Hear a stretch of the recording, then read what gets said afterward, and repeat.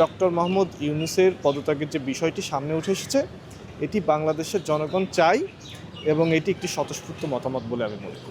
বর্তমান বাংলাদেশে যে রাজনৈতিক প্রেক্ষাপট, আমি মনে করি যে রাজনীতিটা অনেকটা ব্যক্তিকেন্দ্রিক হয়ে গেছে। কাঠামোগত যে রাজনৈতিক পরিকাঠামো এই মুহূর্তে দরকার ছিল, তার বাহিরে যে বর্তমান রাজনীতিটা শুধুমাত্র ব্যক্তিকেন্দ্রিক হয়ে গেছে, সেই দিক থেকে চিন্তা করতে গেলে আমি মনে করি যে এটি গণমানুষের দাবি। ডক্টর মোহাম্মদ ইউনূসের পদত্যাগের যে ব্যাপারটি, এটি এক গণমানুষের দাবি।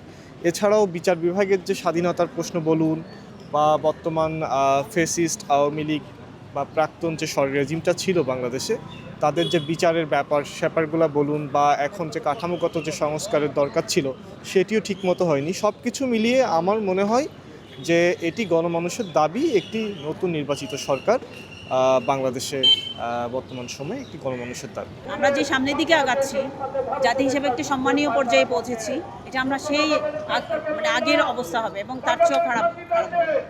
এবং এতগুলো শহীদের রক্ত বৃথা যাবে, এতগুলো মায়ের যে বুক খালি হলো, এই আন্দোলন বৃথা যাবে। ওনার পদত্যাগ করা উচিত না। উনি একজন ভালো মানুষ, আমাদের ভাগ্য ভালো, আমরা সৌভাগ্যবান ওনার মতো মানুষকে পেয়ে।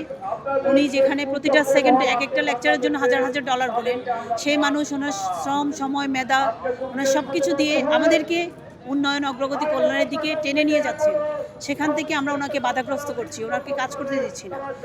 সেই জায়গা থেকে মানে আমাদের উচিত আমাদের ব্যক্তিগত স্বার্থের ঊর্ধ্বে উঠে ওনাকে জাতীয় স্বার্থে, দেশের স্বার্থে, জনগণের স্বার্থে কাজ, যারা আসলে নিজেদের স্বার্থের জন্য পাগল হয়ে গেছে, নিজেদের ক্ষমতার জন্য পাগল হয়ে গেছে, তারাই বাধা দিচ্ছে।